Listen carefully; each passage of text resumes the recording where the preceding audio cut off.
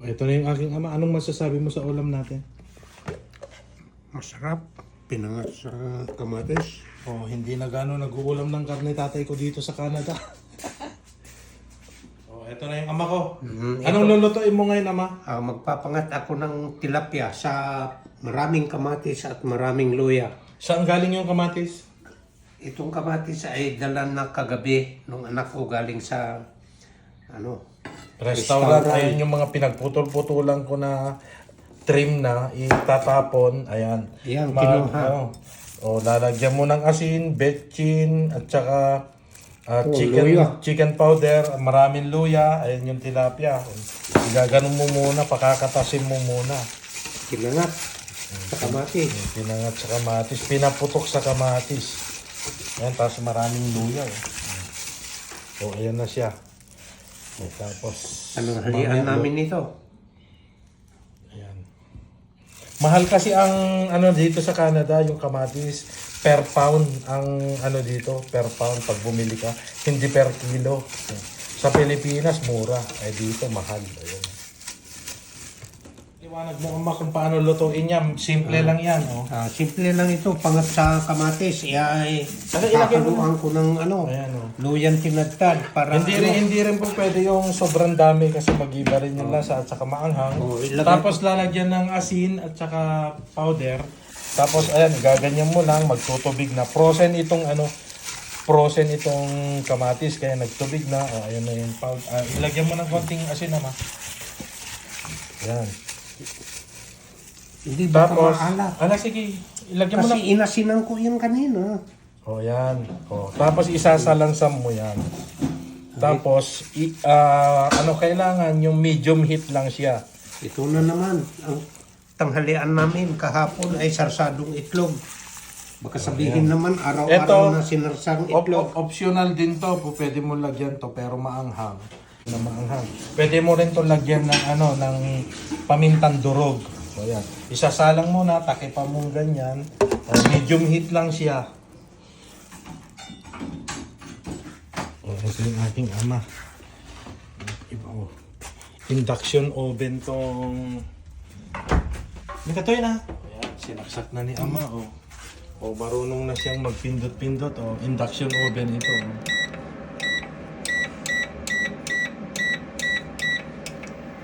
Pag naka-high yan. Pero pag kumulo na ito, i-medium heat na. Ayan. Ano yung lutoan mo? Maganda? Oo, siyempre. Kaya lang namimiling may salang. Namimili ng Gusto niya. ng Stainless. Hindi basta-basta gagamitin to na kung ano-ano lang yung Isasalang. isasalang. So, ayan. Wala siyang apoy. Nagtututot.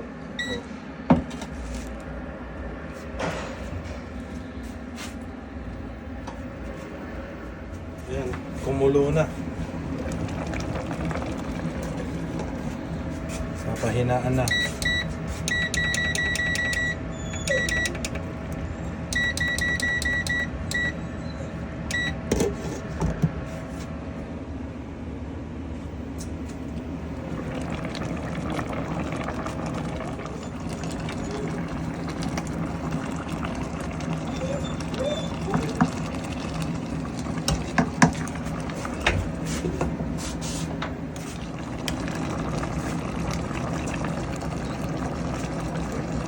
Maanghang ito, maanghang.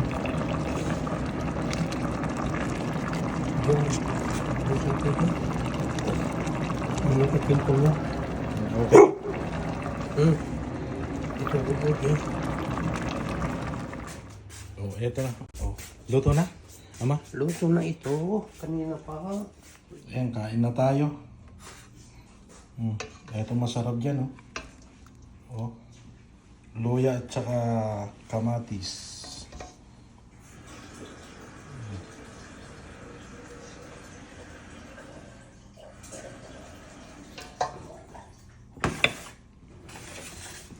Kain po tayo. Ito yung ating pananghalian ngayon. Yan. Thank you Lord sa pagkain na pinagkaloob mo po sa amin. Itong pagkain na aking kakainin ay magbibigay ng aking kalakasan. Okay. day off ko po ngayon sa ano, sa restaurant. Nandito ako ngayon sa gawaan ko ng longganisa. May mga order ako. October kasi ang palitan ng goma ay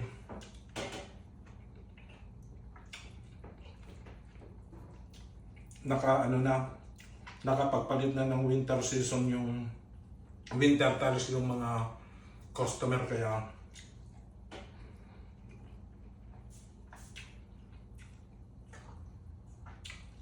kailangan didiskarte tayo dito sa Langgonisa kasi yung monthly na rent natin ay tuloy-tuloy at saka yung mga liability insurance ay monthly din. Nagpapasalamat ako sa mga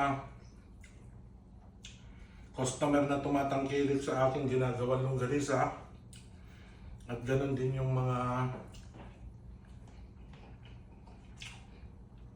nagpapagawa sa tire at saka bumibili ng mga bagong goma po. Malaking tulong po sa inyo para makasurvive po ako dito. Hindi ganun kadali magnegosyo pala dito sa Canada. Madali lang kumuha ng business permit.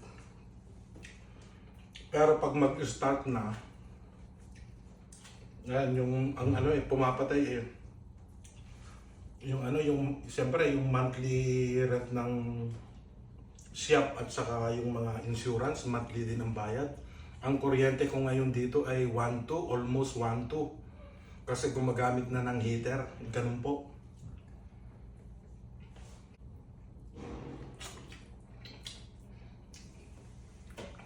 Sarap ng ulo.